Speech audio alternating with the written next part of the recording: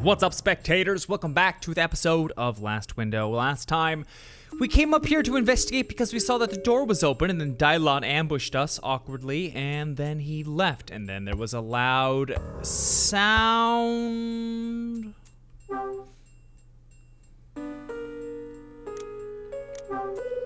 The doorknob has fallen onto the carpet.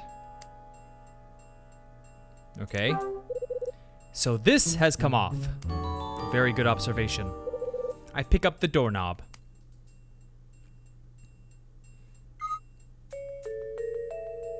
Okay. How did it get over here from the door? I mean, I guess it could have rolled, but that's a long... This is the bathroom. Where is the front door? Okay, I don't know how it can get to where it was from here. That makes no sense. But whatever. The doorknob's come off. This can't be good. You don't say. Use door. That should do it. Whoa!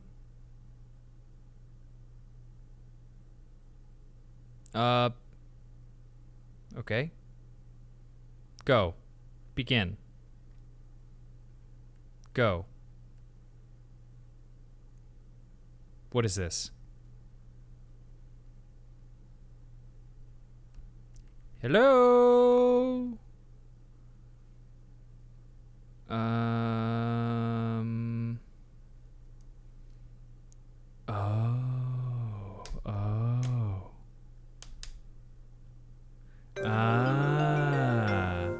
Sneaky. You have to close the DS.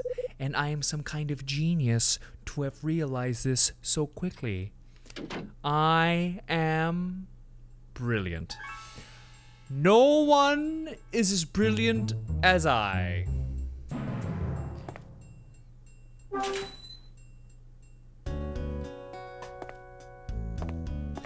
Why am I not more satisfied about this? Why am I not jumping out of my chair right now? It's my pager. Maybe it wasn't challenging enough. Maybe I didn't try long enough. Feel the struggle. That could be it. No, because if it's too much, I just get frustrated and doesn't matter the solution. Yeah. Better head back to my room.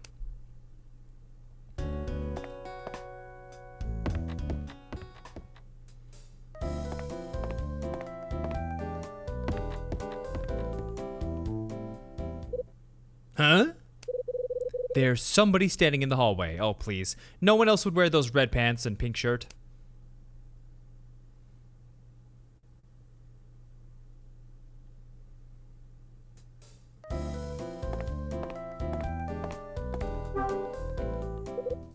Hey there!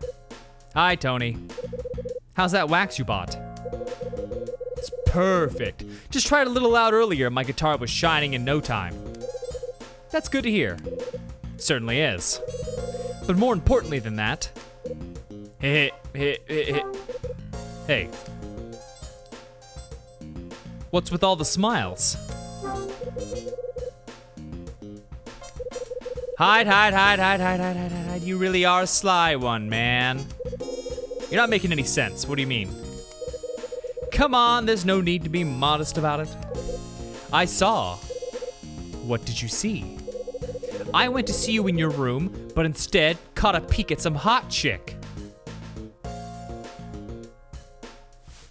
How hot was she? What did she look like? Well, she had long blonde hair. Okay, so it is briny. Anything else? She was smoking. I mean, she was petite and slender. Got any ideas? I got plenty of ideas, but... Remembered then, have you? When did you see her? I don't know, about 30 minutes ago. She was just hanging around outside your room. Did you speak to her? Well, I wanted to, but as soon as I opened my mouth, she ran off. Sorry, but I gotta split. There's somewhere I need to be. Tony says his piece and leaves. Who could it be at my door? Some pretty lady is at 202. It's Ed. Oh, there's a note in my door.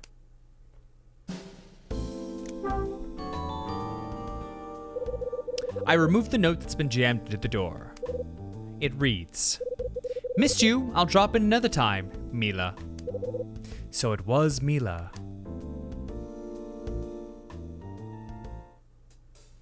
Oh, that's a bummer. Do I actually get to see her again or no? Or are they just gonna make me feel bad? Ba-ba-da. Oh, I have a message. The light's lit on my answer phone. Play.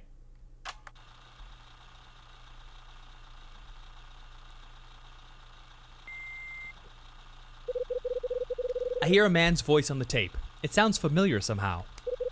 "You must deliver the Scarlet Star to whoever's responsible for Kathy McGrath's death." I know that voice. For information on the reward, check under table B in Lucky's Cafe at 7 o'clock p.m. today. Under the table B in Lucky's Cafe at 7 p.m.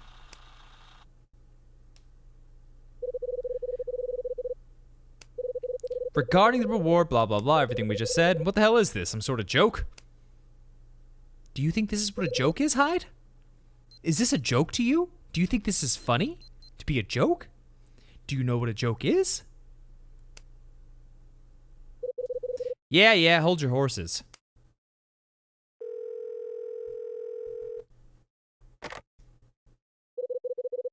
Has she always had a bow? I don't know. How may I help?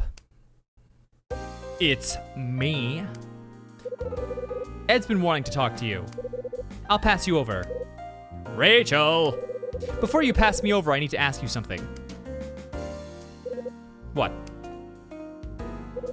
I just heard that Mila came to my room while I was out. She left me a note saying she'd try again later. Really? She was there? She must have gone straight to your place after arriving in LA. I'm supposed to be meeting her shortly. That's good. Could you let her know I got the note? Sure thing, sweetie. Okay, I'm passing you over to Ed now. Tammy, who's got the softest belly in the land? It's you. I got some info for you, Hyde. Oh, you want round 2 of petting your belly? Oh, now Tank wants some. You have the soft, squishy belly of a water balloon. I don't know. Okay, out of the way now. It's about the reopening of your father's case. I managed to get some time with a friend of the mayor's and we had a chat.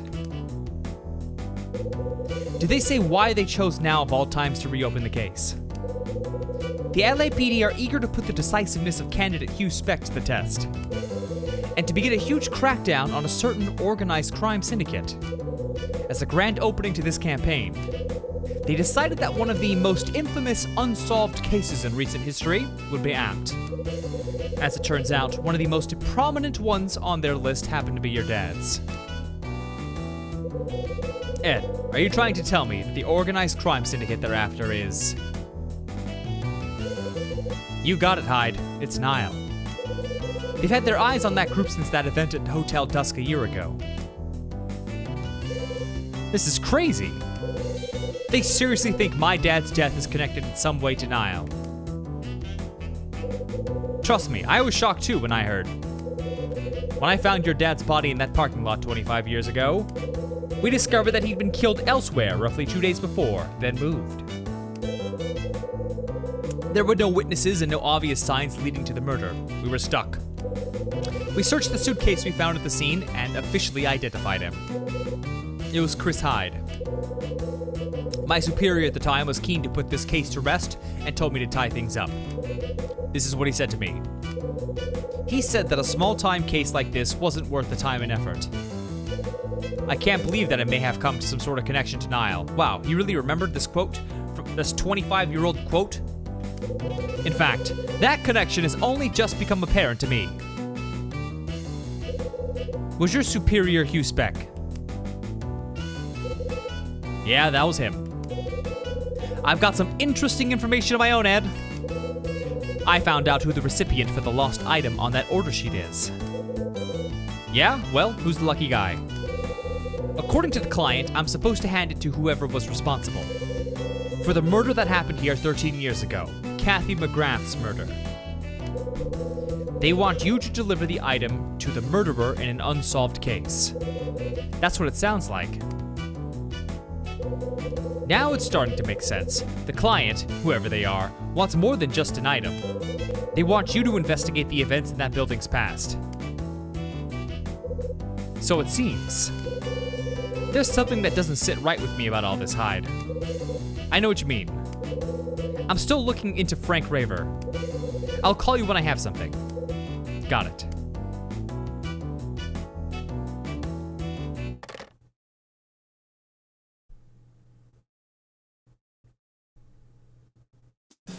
Okay. I don't recall the time, but I think it's too early to be going downstairs, but when in doubt, just walk around, someone will talk to me. My buzzer suddenly sounds. Who dat?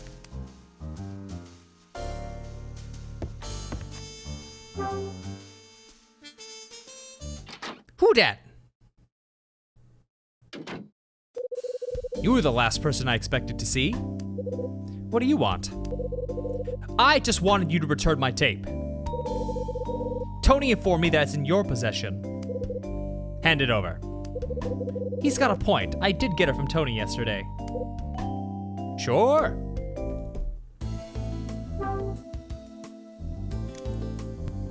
Yeah, here's some sales earnings.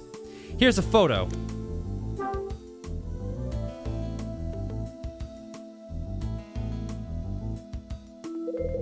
I had Frank's tape back to him. Yes, that's my tape, all right. Perhaps you'd care to tell me how my tape entered your possession, Mr. Hyde. I'd be very glad to know. What did Tony tell you? He told me to ask you. Now please enlighten me. Why did you have my tape? I found it. Where exactly? In the laundry. Was it together with my tape recorder? No, I came across the tape after I'd returned your tape recorder to you. And that's your story, is it? What makes you think I'd have any reason to lie to you about anything like that? Think about it. What would I have to gain?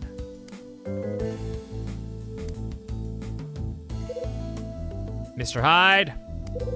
When Tony summoned me to the 4th floor yesterday, he said he had some business. Except when I arrived at the designated spot, it wasn't Tony I met, but you. Tony decided not to make an appearance.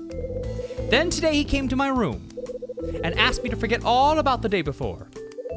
He also told me that you had my tape and then left. I can't claim to understand what that man was thinking, Mr. Hyde. Well, you'll get no answers from me, buddy boy. I can barely work him out either. If you really want to try and find out, you're gonna have to ask him. That much we can agree on. Anyway, I think we've concluded our business. Hold on, Mr. Raver. I have something I want to ask you. Do you now? You're not gonna be happy about this, but I listened to your tape. You did what? Yeah, I listened, and what I heard surprised me. It seems you're still trying to solve the murder that happened here 13 years ago. I'd like to know what you're so interested in that case, Mr. Raver. You really want to know? Well, tough. It has nothing to do with you. Maybe not, but I'm still curious. There's more to this case than I originally thought. More, you say? It seems you haven't been able to rid yourself of your acute detective senses. Normal people would just accept that it has nothing to do with them and move on. But a detective views things differently, and once he gets the scent, he has to act. I saw the change in your eyes when you heard, "This sense is more a curse than a blessing." It's as you say, Mr. Raver. I'm forced to ask these questions. I understand. Nevertheless, I'll tell you straight. Stop pursuing me in my investigations. And cease trying to go after those connected to this crime.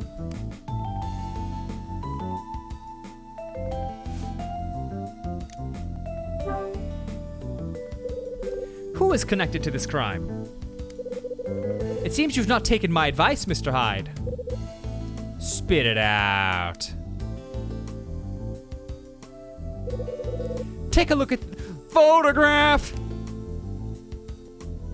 Why did I make it sound like an old man? Well, Frank Raver is an old man. All right, it works out. Don't question it. It's a picture of a funeral.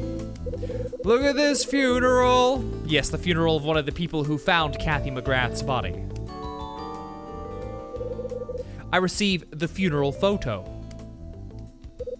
If you look really carefully, there's someone in the picture I'm sure you'll recognize. Is it me? Is it you? Mr. Hyde, I am forced to stop you interfering any further. Therefore, I'd appreciate it if you could avoid hindering me. Do not obstruct my investigations any further. And stay away from the people you see in this picture. Okay, I'll take a long, hard look at the picture. Just one more thing I need to ask you, Mr. Raver. And that is, what can you tell me about Condor? You mean to say you don't know what Condor is? It's my porn name. I wouldn't be asking if I did. I shall repeat what I just said. Leave my investigations alone. That's all I have to say. Frank leaves the room like a big baby.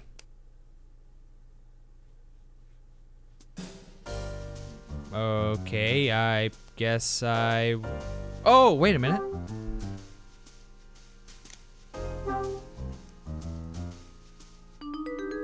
Whoa! What am I supposed to be looking for? There's Marie.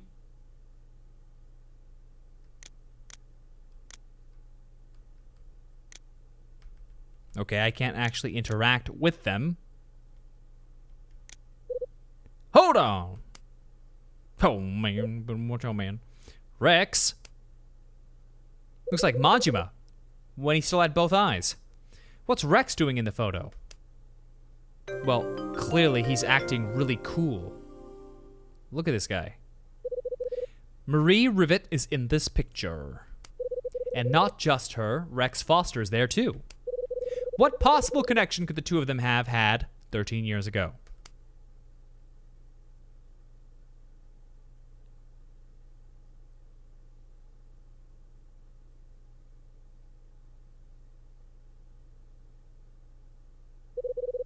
I slop myself onto my ancient sofa and I drift off into my thoughts. An unsolved case. What do I hope to reveal by looking into such an old case? 7 o'clock already. I'd better make a move. Wouldn't want to miss my chance for some more info. Ba-ba-ba. Ba-ba. Bo-ba-ba-bo. Ah! The door of room 203 is open. I can hear somebody's voice from inside. I know that voice. That dress looked good on you. I had a great time yesterday. A hot date? After the voices stop, somebody leaves the room. Ah! I'll see you soon. I'll wait at the same shop as before. Well. Hey, Betty.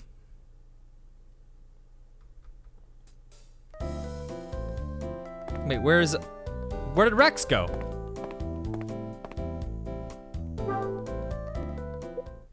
Betty? Oh, hello, Mr. Hyde. You got a moment? What can I do for you? I'm a little curious about the guy who left your room just now. Oh, you saw, did you? Yeah? His name's Rex.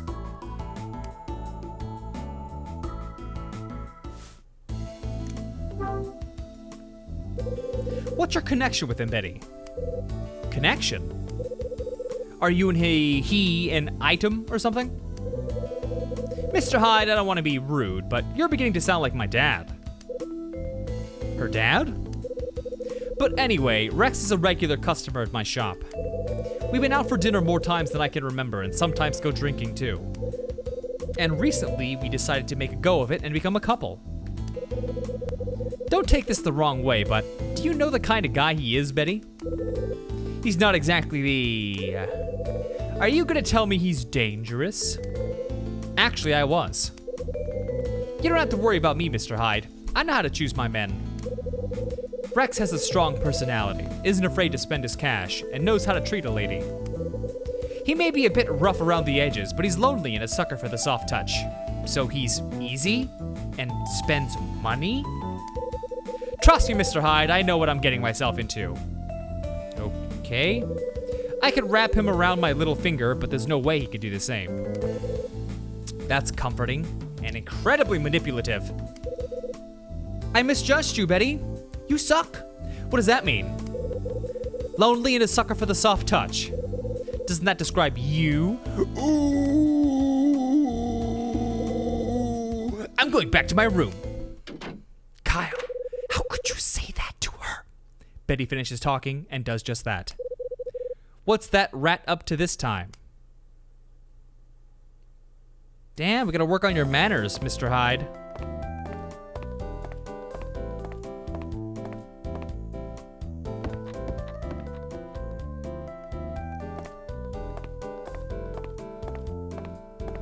All right, we need to come here to Lucky's Cafe and find table B.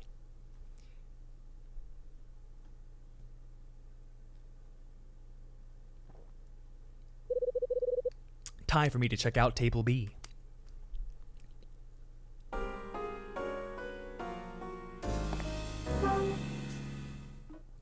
Hey Claire, which one is table B?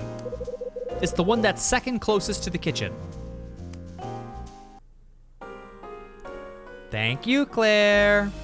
Second closest to the kitchen.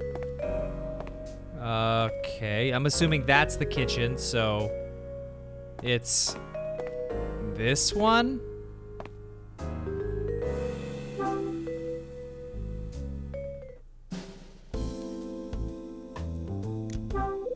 There's something stuck under the table. What could this be? It looks like some sort of letter. I take the reward letter from underneath the table. Must have been written on an old-fashioned typewriter, it reads. The reward for finding the item is the truth of 25 years ago. You'll find part of the truth included in here. I'm the Riddler. The truth of 25 years ago. There's something else here. It looks like an extract from an old newspaper. The extract is from 1955 and reads, on December 17th, early in the morning, a body was discovered in a downtown parking lot near the city hall. The victim appears to have been shot. After initial forensic checks, it was determined that the victim, a man in his 30s, bled to death after receiving a gunshot wound to the chest. The police believe that he was murdered elsewhere roughly 2 days before, and that he was moved to the parking lot soon after being murdered. My God, this is about my dad. Is this really part of the truth of 25 years ago? So the sender of this letter is trying to say, if I locate the Scarlet Star, I'll also be able to close the case surrounding my dad's death. Staring at the page, I notice that the T's are higher than the other letters. I wonder if this is the same as the original order sheet I received.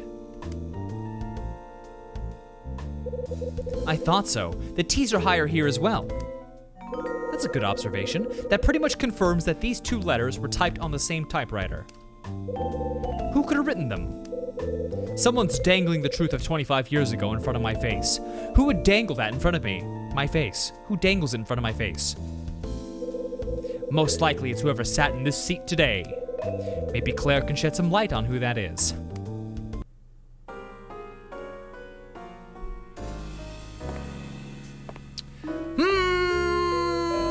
Well, it has been just about 25 minutes, so instead of talking to Claire, I think I'm just gonna end this video here, and next time we can figure out who was sitting at that table. I'm sure we'll get some vague description, and then we'll move on. So, stay tuned for the next episode, and thanks for watching. Bye-bye.